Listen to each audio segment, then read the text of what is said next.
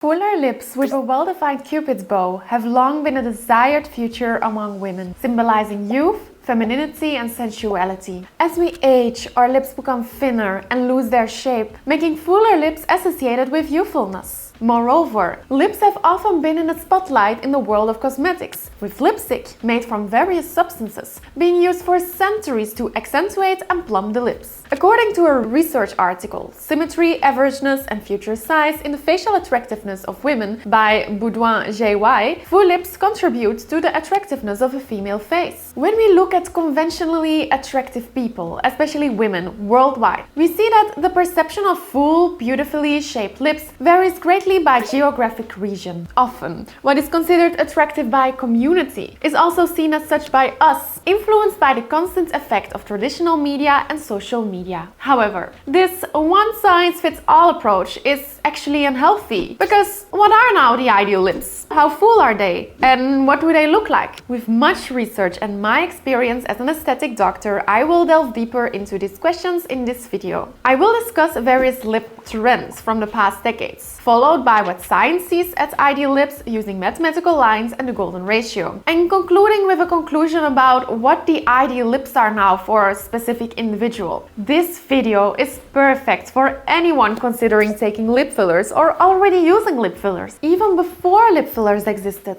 women used makeup like a lip pencil to draw the lips to the desired shape or size. This resulted in lip trends even before lip fillers existed. In the 1920s, for example, Hollywood actress Clara Bow was the it girl, and also known for the Clara Bow lip. These lips were typical of the roaring 20s and the early film industry, with silent black and white films. The Clara Bow lip emphasized the shape of the lips rather than the volume of the lips, especially the cupid's bow, which was often exaggerated and made pointier than the natural lip shape. The corners of the mouth were sometimes drawn downwards, giving a dreamy or pouty expression. This lip style symbolized sensuality and a naughty charm, fitting with the flapper girls of that time. It was also effective for expression in silent black and white films. In the 1950s, the lip trend underwent a notable evolution, where the focus shifted from shape to more on volume. And when we think of the 1950s, we immediately think of Hollywood icons such as Marilyn Monroe and Elizabeth Taylor. Women during this time often lined their lips outside their natural lip line to create a fuller effect, but also to flatten the cupid's bow to the ends of the lips, creating a soft, more natural shape. In the 1960s and 70s, the focus shifted towards the eyes, with very dark, dramatic eye makeup featuring winged eyeliner and false eyelashes, but little focus on the lips. The lips were very natural and were not specifically full or did not have a specific shape. In terms of makeup, mainly natural-looking lipsticks were used. In the 1960s, there were indeed the first experiments with silicone fillers for the lips by doctors, but this practice was quite controversial and was associated with quite a few complications and risks. From the 1980s, there was a shift again. For example, Dolly Parton appeared with fuller lips. In this decade, the development of collagen fillers provided a safer alternative to the silicone fillers of the 1960s. But the real big lip trend only emerged in the early 2000s, with Angelina Jolie being named the world's most beautiful woman. The demand for more than full lips increased tremendously, and with the development of safe hyaluronic acid fillers,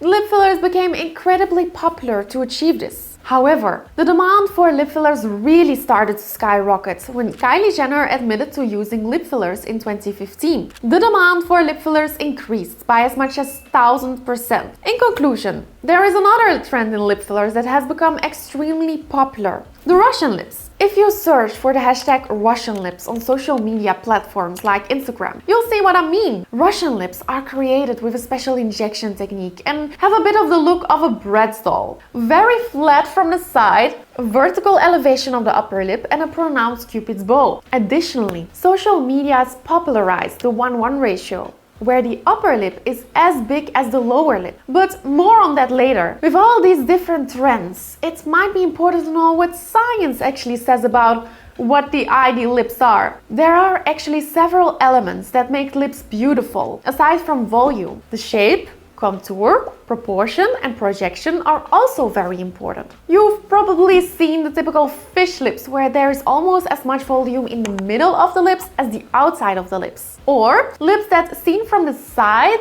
protrude too much, like a duck's. This is a dead giveaway for a lip augmentation, and these are certainly not lips that have been created based on what we know makes lips beautiful. I will bring out my caliper again, as I have done in my previous video about the golden ratio. First and foremost, you have the rule of thirds. Leonardo da Vinci divided the face into 3 horizontal parts. An upper part that runs from the hairline to the eyebrows, a second part that runs from the eyebrows to the base of the nose, and a third part that extends from the base of the nose to the bottom of the chin. And if these 3 parts are equal to each other, then you have a balanced face and your face is considered more attractive. Now, if we look at the lower 1/3 part, we can split it further. From the base of the nose to the middle of the lips should be equal to 1/3 of this part. And from the middle to the end of the chin should be equal to 2/3. I also like to use the golden ratio when determining beauty in a face, as it is a timeless, universal and objective measure to determine balance and proportion. We take the distance from the inner corners of the eyes, and this is equal to 1. If we reverse the caliper,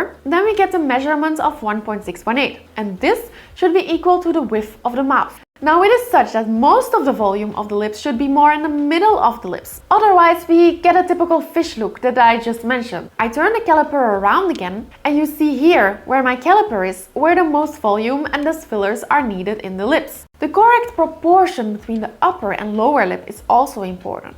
However, I must mention here that the correct proportion depends on your ethnicity. In Caucasian people, the ideal proportion between the upper and lower lip is in line with the golden ratio, where the upper lip is slightly smaller than the lower lip with a ratio of 1 to 1.618. In African people, we more often see a 1:1 ratio, where the upper and lower lips are equal to each other. Sometimes we even see an upper lip that is slightly fuller. We see this 1:1 ratio also more in Latin American and Asian people. Now, I had mentioned earlier that the 1:1 ratio, where the upper and lower lips are equal to each other, has become a huge trend through social media, among others.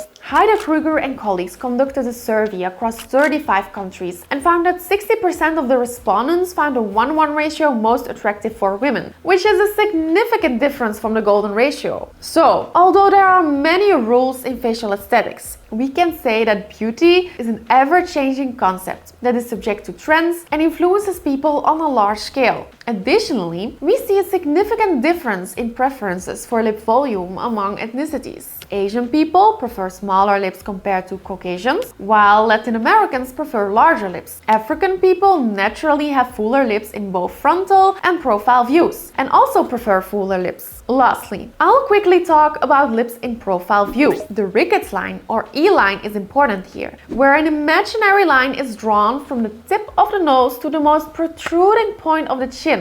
The ideal is if there is a 4 mm gap between this line and your upper lip in profile, and a 2 mm gap between this line and your lower lip. But here too, this does not apply to all ethnicities, as we see that in Asians, Africans and Latin Americans, the lips protrude a bit more from the profile view. We can say that as long as the lips do not go beyond this line, it is okay. This is certainly important with lip fillers. You sometimes see people whose lips look a bit like a duck from the profile because the lips are too far forward. And it's also important to know that the upper lip always overlaps the lower lip by about 2 mm to stay within the ideal range. This was a nutshell of what ideal lips are according to science. I haven't covered everything, but I wanted to keep it short and concise. And so I want to leave you with something important with this video, because are the ideal lips those of Angelina Jolie? Or those of Clara Bow in the 20s, or perhaps the lips of Kylie Jenner. The ideal lips are the ones that are completely in proportion and in balance with your specific face, taking into account your ethnicity, your face shape, and overall facial features. The lips of Kylie Jenner, who has a rather heart-shaped face, would not look good on a person with a long, narrow face. The lips of Angelina Jolie look good on her because she has a fairly strong jawline, but would be too large for another face. It's important not to chase trends, as trends often follow a one-size-fits-all ideology that is quite unhealthy. So, in my opinion, it is very important if you are considering lip fillers that you do thorough research on which doctor you are going to do this with. Choose a doctor who has a lot of knowledge about lips and what the ideal lips are for your face specifically, because every face is different. If you are considering lip fillers or other non-invasive medical aesthetic treatments with me as a doctor, you can book a consultation and our treatment via the link below. You can also go to drcontour.com, where you will find a link to my clinic, as well as my aesthetic guide, which is a blog about everything to do with cosmetic procedures, anti-aging, skincare and more. If you found this video interesting, subscribe to my channel and give this video a thumbs up. Until the next video, and maybe see you in my clinic in Antwerp. Bye!